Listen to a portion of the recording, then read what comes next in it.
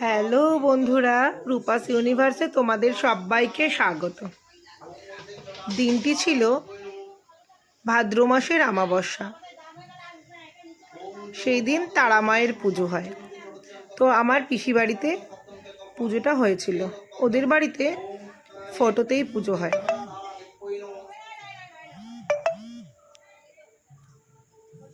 তো দেখো কি সুন্দর সাজানো গোছানো ছিল, আর পুজো শুরু হয়েছিল।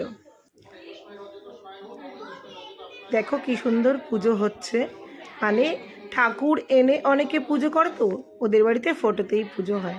কিন্তু ঠাকুর এনে যেই নিয়মে পুজো হয় পুরোটাই সেই নিয়মে পুজো হয়েছিল।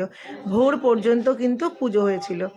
ওই পুজোতে বসেছিল 10টার দিকে, আর ভোর পর্যন্ত পুজো হয়েছিল। আমি গেছিলাম, কিন্তু আমি ওপরে উঠতে পারিনি। ওদের উপরের ঘরে পুজোটা হচ্ছিল। আমার মেয়েকে দিয়ে ভিডিও করেছি, ও যেটুকু পেরেছে সেই ভিডিওটুকুই করে এনেছিল।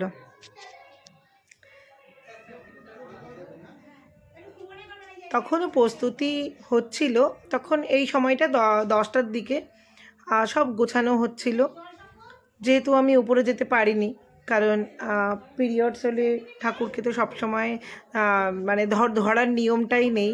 আর যেহেতু মা কালী, সেহেতু তো সামনে যাওয়াই যাবে না। তো আমি ওদের ভেতরেই ঢুকিনি, বাইরে যেখানে খাবারের অ্যারেঞ্জমেন্ট করা হয়েছিল ওখানেই দেখভাল করছিলাম। ওখানেই পুরোটা দায়িত্ব সহকারে দেখভাল করছিলাম। ওখানেই বসেছিলাম, লোকজন আসছিল, তাদের সাথে কথাবার্তা বলছিলাম। কারণ পিসিদের বাড়ির সবাই উপোস ছিল, এমনকি আমার হাজব্যান্ডও উপোস ছিল, আমার কাকিমা, সবাই ওরা ওপরেই ছিল। তো আমি নিচে দেখছিলাম কারা আসছে কারা যাচ্ছে, তাদের ঠিক মতন খাবার দাবার হচ্ছে কি না, সেই সময়টা আমি দেখাশুনো করছিলাম।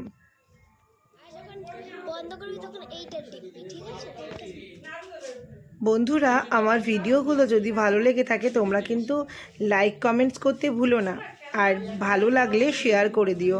ইউটিউব থেকে দেখে থাকলে কিন্তু সাবস্ক্রাইব করে দিও, আর ফেসবুক থেকে দেখে থাকলে পেজটাকে অনেক অনেক লাইক করে দিও। সাথে থেকো। এবার দেখো, ওরা সব পুজোর জোগাড় যন্ত্র করছিল। তারপর তো পুজো স্টার্ট হয়ে যখন হাওয়ান হচ্ছিল, সেই ক্যাপচারটা আমি করতেই পারিনি, কারণ আমার মেয়ে ঘুমিয়ে পড়েছিল, ও ক্যাপচারটা করতে পারিনি।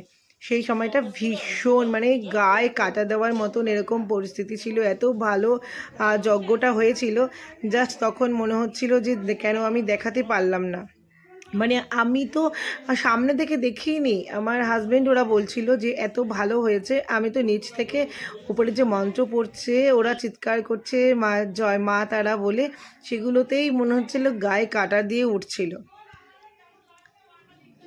কী আর করা যায়, আমি তো উপোস করব ভেবেই রেখেছিলাম আগের দিন পর্যন্ত। কিন্তু যাই হোক, আমরা মেয়েরা সবসময় পুজো করতে পারি না, আমাদের কিছু বাধা থাকে। তো সেই জন্য কিছু করার নেই, মনটা খারাপ ছিল। ভাইয়ের বউ দেখো এত সুন্দর সেজেছিল, আর এই শাড়িটা কিন্তু আমার দোকানেরই ছিল। ওরা আগের দিন আমার দোকান থেকে, মানে কদিন আগে এই শপিং করেছিল, তার মধ্যে ওরা সেম সেম শাড়ি পরেছিল। তারপর এখানে দেখো আমার মেয়ে খেতে বসে গেছে, আর ওর একটা বোন তাকে নিয়ে। এটা আমার একটা ভাইয়ের মেয়ে। আমাদের ওদের বাড়ির মেনুতে ছিল বেগুনি, পোলাও, আলুর দম, তার সাথে ছিল পাঁপড়, চাটনি, আর ছিল পায়েস।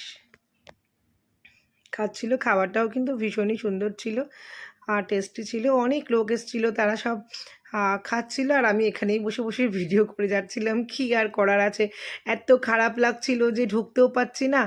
আর আমি উপোস করব বলে কবে থেকেই বসে আছি যে আমি উপোসটা করব, বাট কিছুই আমার মন মতন হয়ে উঠলো না। আর কফি পকোড়াও ছিল কিন্তু।